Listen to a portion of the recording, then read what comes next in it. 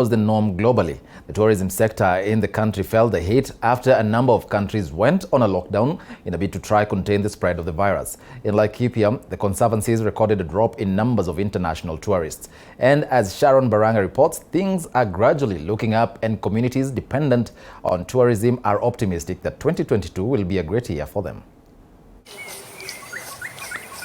The last 1 year has been a tough nut for the tourism sector in the country.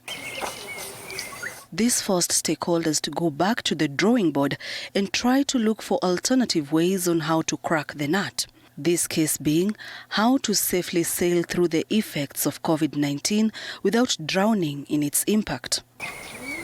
At El Karama Eco Lodge in Laikipia County, they too felt the effects of the pandemic. For instance, they recorded a drop in the number of tourists they usually receive.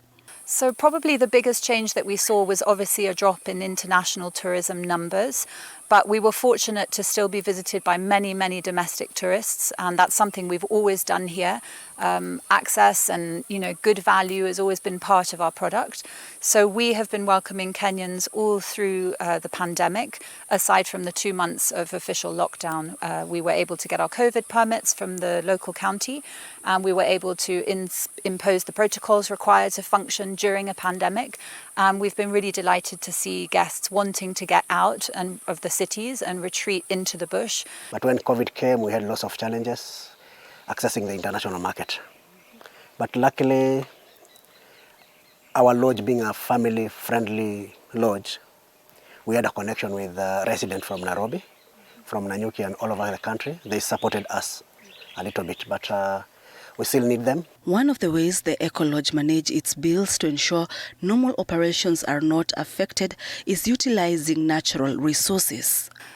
One of the main differences here is that we began and continue to operate on only 100% solar power and renewable energy.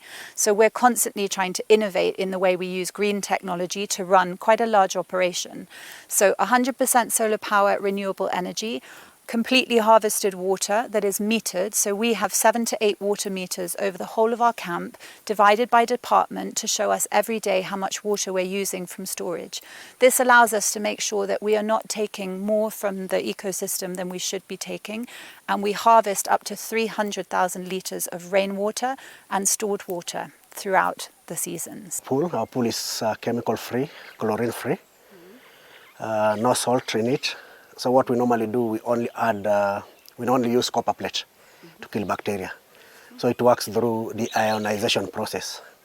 Normally the water moves around the filter, and then in that process of water moving around the filter, the copper plate enables us to kill the bacteria. And every morning or every evening, we normally do the thorough brushing of the pool. And once the sediment have gone down or have settled down into the pool, we do the vacuum, and when we are doing the vacuum, the water doesn't go to waste. We use the water to water the lawn, actually. So not only to just grow food here on site, but also to grow it without chemicals and with a conscious attitude towards our water use. So we grow up to 85% of the fruits and vegetables that we eat here in the lodge and in our home with our family here organically.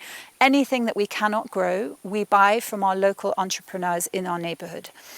And what that means is that we can extend the business that we have as a guaranteed business every week to several entrepreneurs in our near region. And as 2022 begins, stakeholders in the tourism industry like El Karama are hopeful that better days lie ahead as a number of countries have eased lockdown measures within and outside their borders.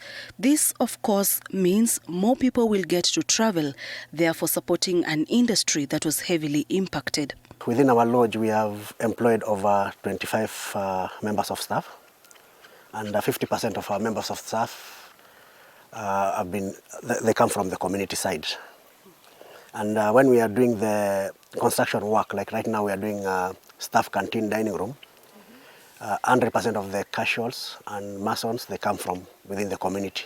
Owing to the negative effects of COVID-19 in the tourism sector in the country, the government set aside 500 million shillings to help the industry recover from the pandemic.